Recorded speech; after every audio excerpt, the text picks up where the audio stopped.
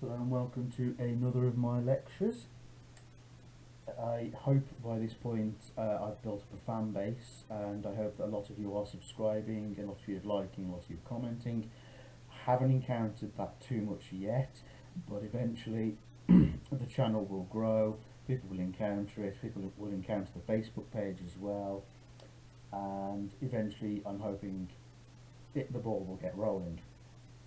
This lecture is going to be a sort of passionate one in terms of how society creates automatons.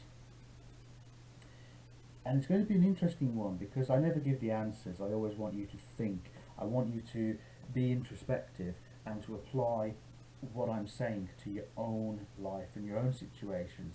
Play it back in your head and see if this actually is true or not. When we're born, we are born into whatever circumstances we are born. So we may be born into a middle class household in the suburbs. We may be born into a tin shack in Africa or in India. We may be born into the very heights of aristocracy and royalty. We may be born wherever we are born. But we all have that one thing in common. We have that creative childlike spirit that no matter what the circumstances, we still find ways to play, we still find ways to imagine. We have this beautiful human spirit of innovation, of exploration, of going out there and just doing things. And if we don't have the circumstances we want, we can at least imagine ways which we can manifest them. And then we grow up, and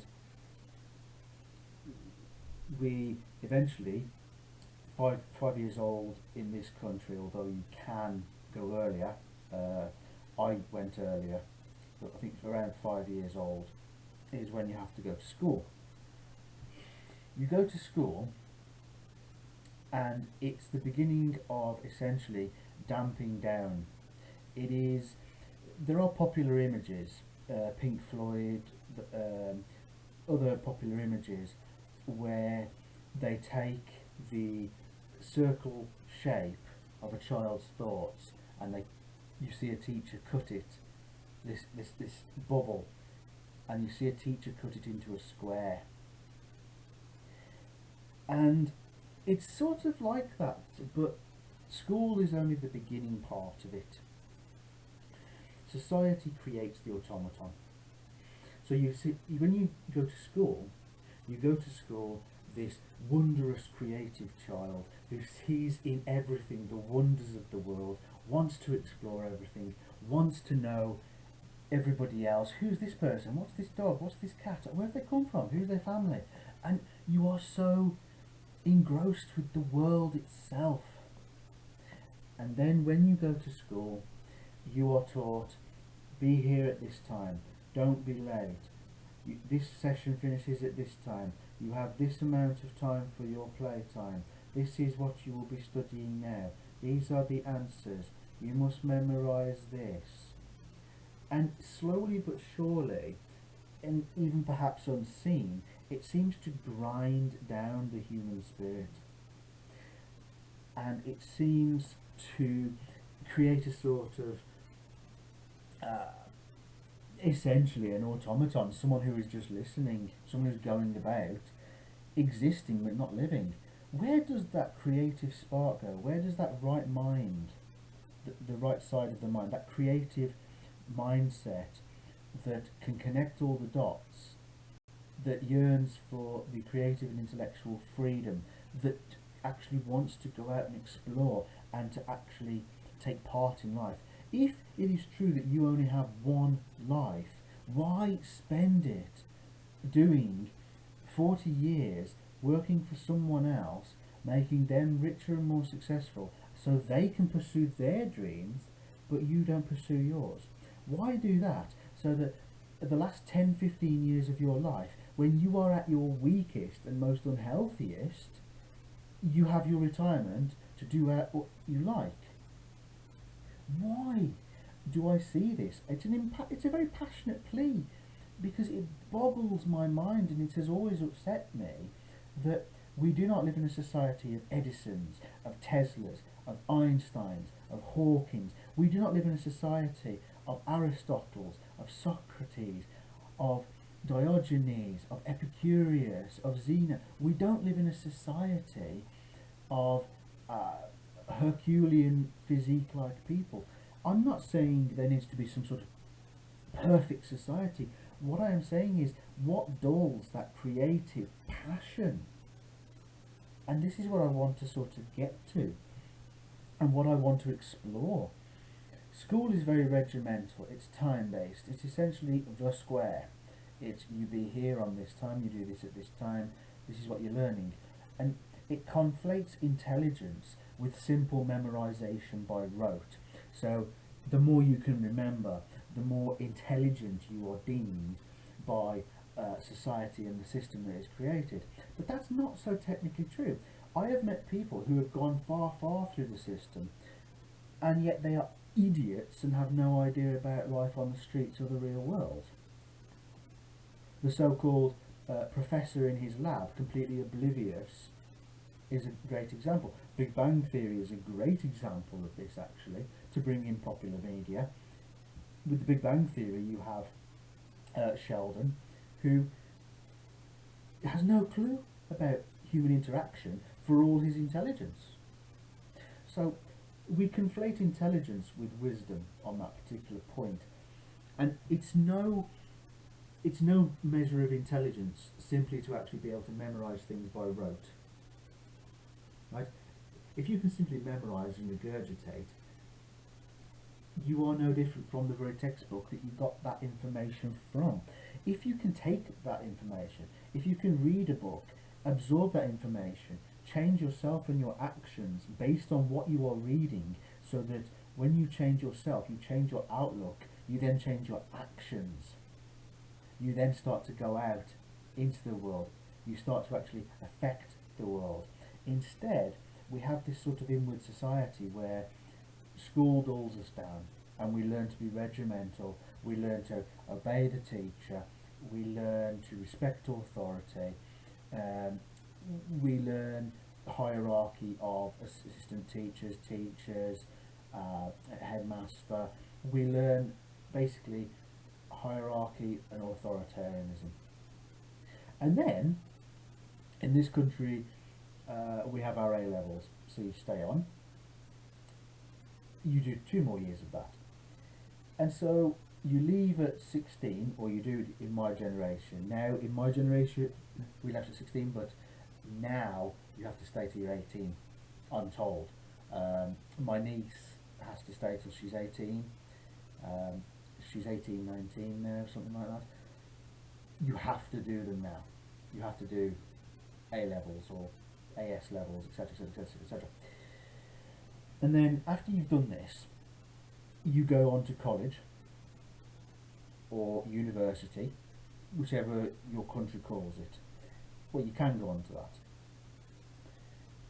And that's even further into this whole thing of memorization by rote, conflated with intelligence, and authority in the form of teachers. You know, the teachers literally have your grade, and it's no mindless conspiracy theory to say that their opinion of you will affect, of course, their marking of you. They might deny that, but it's human nature. It's simply what is. And so we go through all this. We learn from the very beginning that childlike spark of dreams, innovation and intelligence, we soon find parents who go, don't do that. You know, why are you playing with him?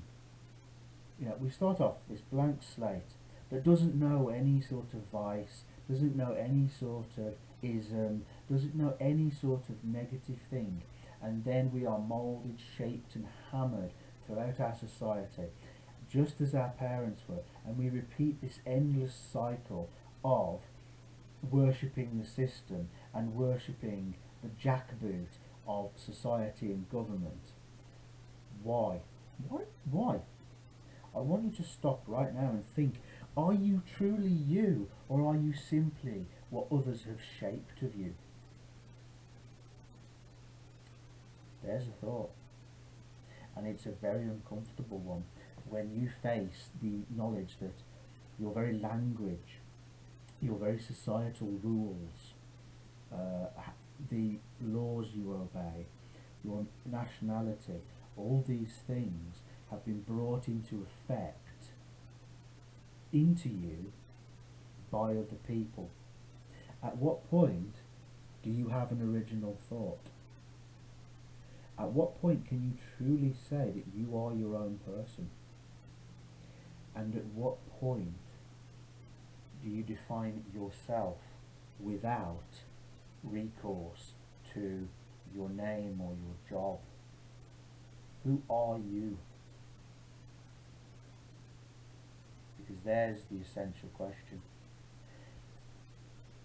When you are that young and you have this wonderful creative freedom and this spirit, you are eventually grinded down into your name, your national security number, your social security or national insurance number. You're into a race, into a class, into an IQ range, into a nationality, into an ethnic group, into a subdialectic ethnic group, into a gender, etc, etc, etc, etc, etc. At what point do we lose this concept of simply just being who we are, and we exchange that for labels, groups, for society, hierarchy? At what point do we become our own people and our own thoughts? That's the question for you. Right now, what dreams did you have when you were little? What stopped you? What imagination did you have? What lovely tales, regardless of whether you thought they were true or not, what lovely tales did you concoct in your mind that are now gone? Why not set them down onto paper? Why not take that idea and go forth? But society smashes us down repeatedly and repeatedly and says, don't play it safe, respect authority, do what we tell you to do.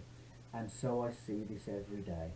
I see people grow into adults that are no more different from each other. I see people's dreams and innovations dulled to the point where they become automatons. So their dreams are replaced with the dreams of society, or the American dream. They are replaced by what society wants of you. So of course, get on the housing ladder, get on the career ladder, get a spouse, get that white picket fence, get that dog, have those 2 kids, etc, etc, etc. Go to church, go to mosque, go to synagogue. And we do this.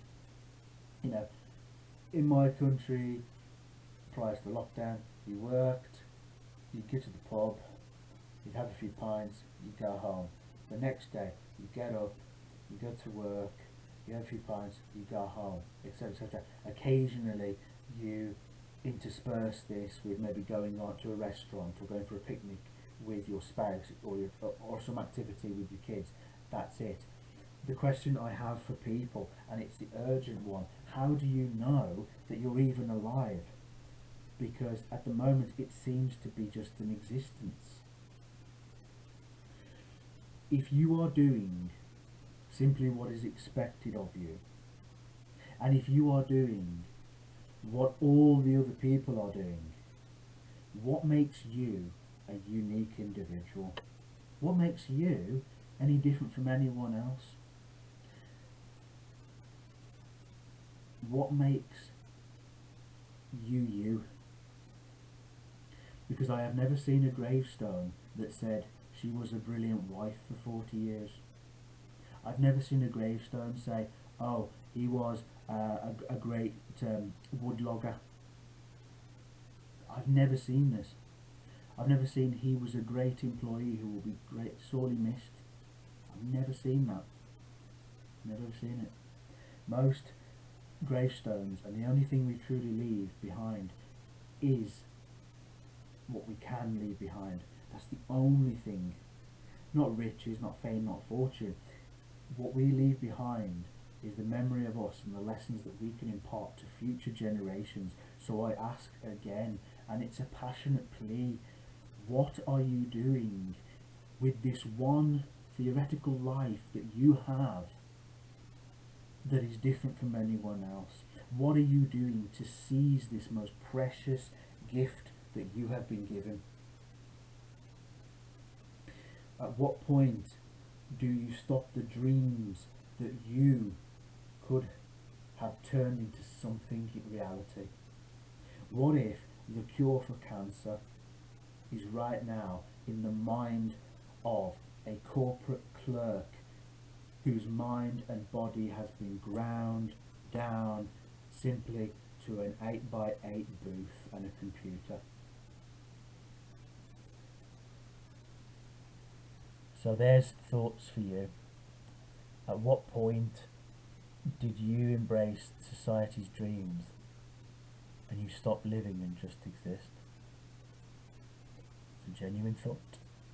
And if it brings offence, if it makes anger, great, because finally you're starting to think, and that's what I want. I want people to start to think, even if you think the wrong things, even if you think nothing of hate or hating me, at least you're thinking.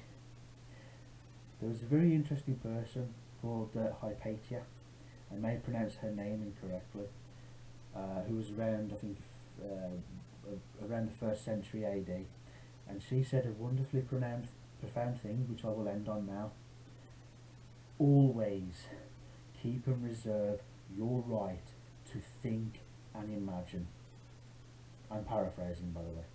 Always reserve your right to think and imagine, even if it is to think and imagine the wrong things, because that is the most precious gift that the gods have given us. So, how much of your thoughts are your own, and how much of what have been put into you? Ever thought about that? Because I genuinely want people to start thinking.